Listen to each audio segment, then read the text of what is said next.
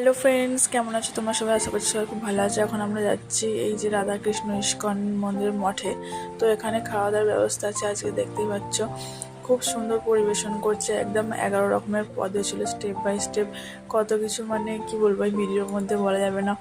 দেখতেই পাচ্ছ তোমরা, পনির, ছোলা, লুচি, ফ্রাইড রাইস, প্লেন রাইস, ডাল, শুক্তো, চাটনি, পাঁপড়, মিষ্টি, পায়েস, মানে অনেক কিছু হয়েছিল। নিরামিষ খাওয়া খেলাম, বুঝলামই না এত সুন্দর টেস্ট, মানে মনে হলো যে এরকম খাবার মানে অমৃতর সমান, কি বলবো। আর পুরো একদম পারফেক্ট, একদম বাঙালিয়ানার সঙ্গে তৈরি। ওখানে দেখতে পাচ্ছ পুরো প্রাকৃতিক একদম ঘাস, সবজি, মানে মুম্বাইয়ের মধ্যে যে এত সুন্দর একটা জায়গা আছে গ্রামের মধ্যে, এটা হচ্ছে বক ফুলের গাছ। এখানে দেখো একটা বৌদি ভাই কত বক ফুল তুলেছে বড়া করবে বলে।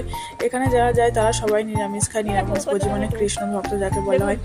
তো ওখানে গিয়ে আমরা শশা তুললাম, ঝিঙে, প্রাকৃতিক দৃশ্য খুব সুন্দর, গিয়ে পুরো মনটা ভরে গেল। আমার রাস্তা ধারে কুলো পেরেছি। ভিডিওটা ভালো লাগলে অবশ্যই লাইক করবে, কমেন্ট করবে, আমার চ্যানেলটা সাবস্ক্রাইব করবে। টাটা।